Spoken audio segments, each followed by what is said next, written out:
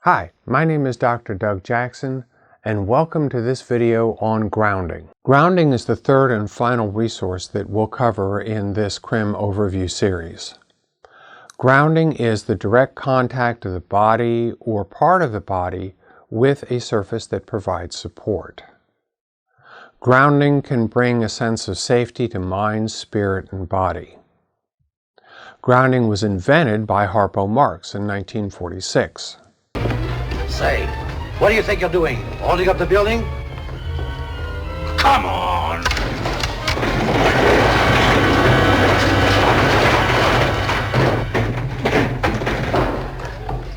Okay, maybe Harpo didn't invent it in 46. If anybody's going to get credit for inventing grounding, I suppose it should be our good buddy Isaac Newton and his good buddy, gravity. Gravity being what it is, we almost always are being supported by something, and therefore have an opportunity to turn that into grounding by bringing our attention to the contact between ourselves and what's holding us up. Gravity is why we don't go floating off into space after all, unless of course you're jumping off a 10-meter platform, at which point you are not grounded, but you probably are having a lot of fun. Do you remember in the Qigong exercise how I talked about how stable the horse stance feels? Sometimes the horse stance is referred to as a tree stance because it feels like you're planted into whatever surface that you're standing on. There are all sorts of ways to experience grounding. Standing, sitting in a chair, swaddling is actually a form of grounding.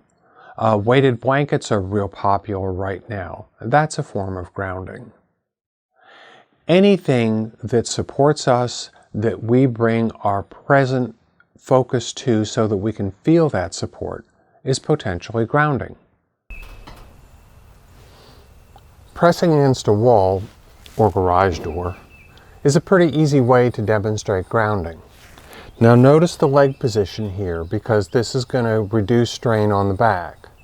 But taking a position something like this, I'm going to press hard into the wall and I'm going to keep pressing for like 20 seconds or so. And then release. This sort of exercise can reduce stress, it can even lower blood pressure. I teach CRIM skills to adolescents in juvenile justice centers, and this is not a good position to teach to a kid who's involved with juvenile justice, because this is actually quite likely a trauma trigger for that kid.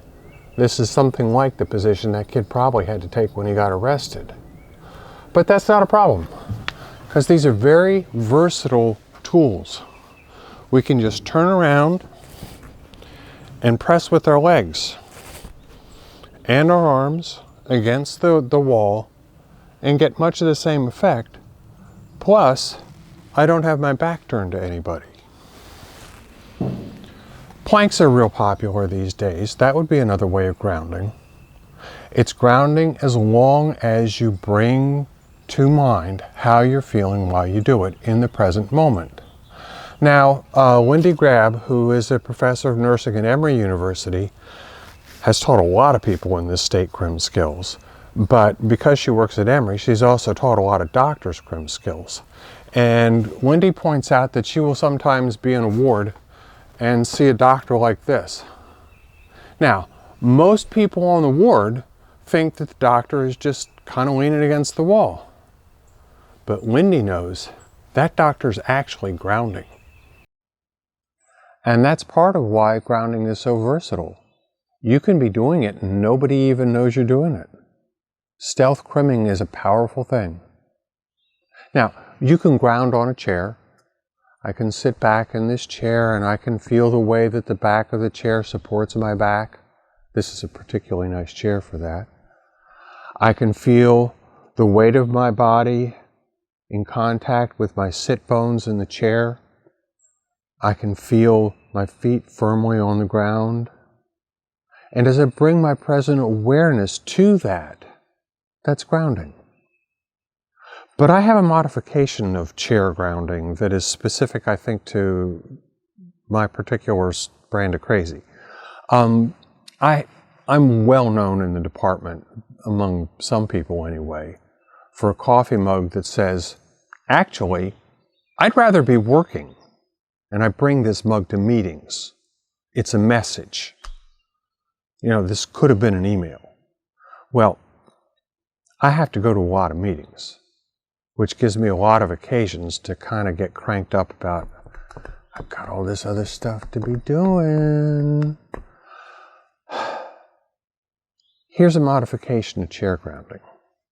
Now, imagine the table's coming in about like this, so nobody can see the bottom of the chair. So while I'm sitting there listening to this person for the 14th time go over the same point, take a breath, and I take the bottom of the chair and I pull up hard on it. See, I'm using the push against the door routine, but instead I'm pulling against the chair. And I do that for a good 20 seconds or so. With my best poker face on, nobody knows what I'm doing. And I feel some sense of release. Now, truth to be told, being present in the present moment and not perseverating about all the other stuff that I want to get done would make that meeting go a lot faster too. Napping can be grounding. As long as you're in that present moment between being thoroughly awake and actually being asleep. This is part of the Qigong pose of frog in repose.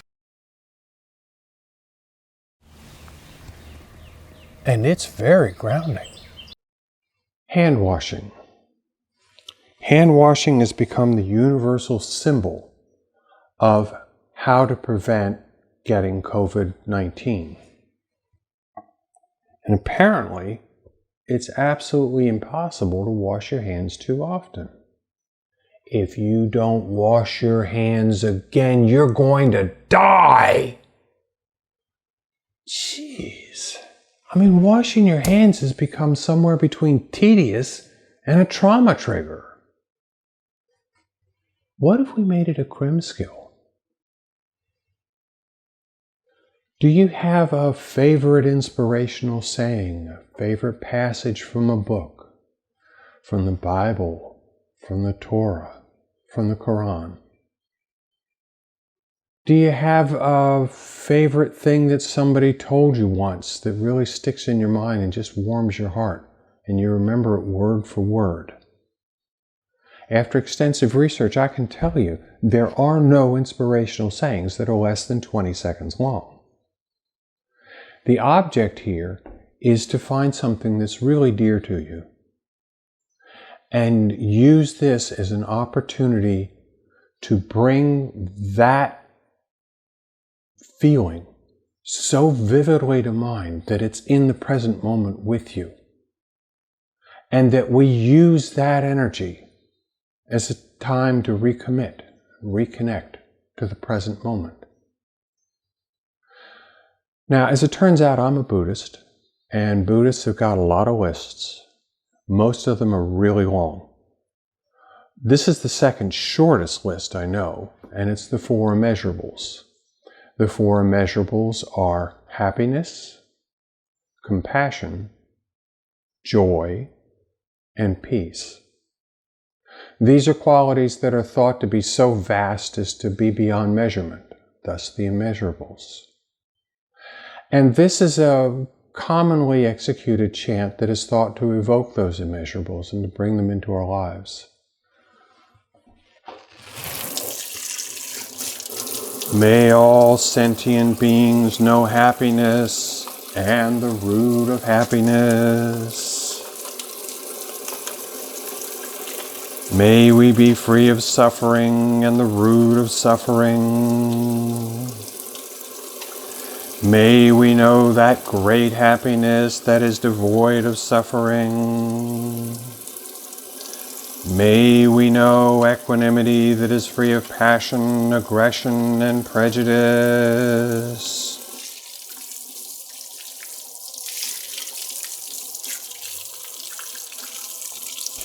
Or maybe it's just an opportunity to still your mind for a moment. See what bubbles up. Maybe something will bubble up that was really meaning to you before, but has a different meaning all of a sudden, given the context that we're facing. When I was a kid, and I found myself with a problem, which, being a kid was pretty often. My dad used to always say, to my constant and complete irritation, "Doug, a problem is just an opportunity waiting to be stood on its head."